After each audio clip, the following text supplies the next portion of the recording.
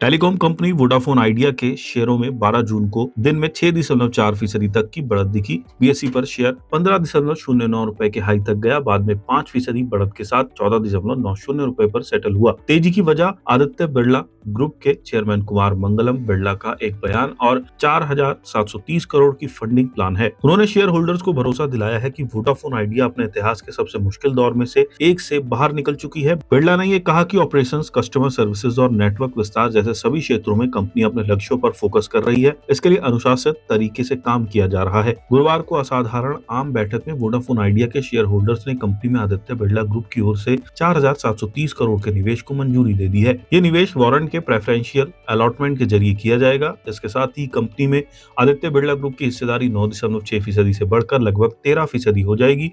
वहीं ग्रुप और Vodafone PLC की संयुक्त हिस्सेदारी बढ़कर लगभग 28.5% तक पहुंच जाएगी।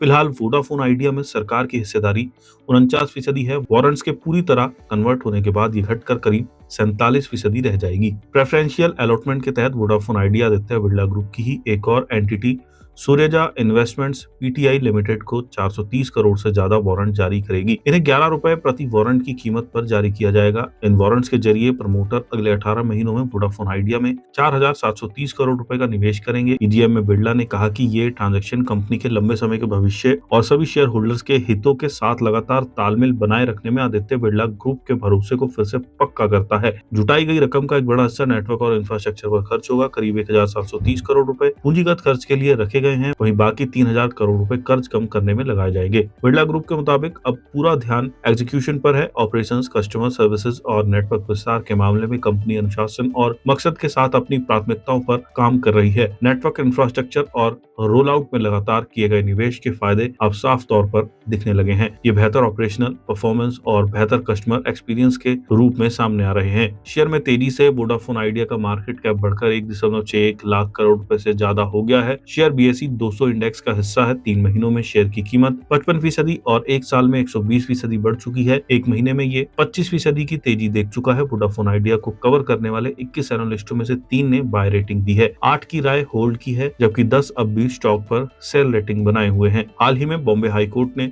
दूरसंचार विभाग की ओर से कंपनी और उसकी पूर्व सहयोगी स्पाइस कम्युनिकेशंस के खिलाफ जारी किए गए 2,113 करोड़ रुपए के वन टाइम स्पेक्ट्रम चार्ज की मांग को पूरी तरह से रद्द कर दिया है।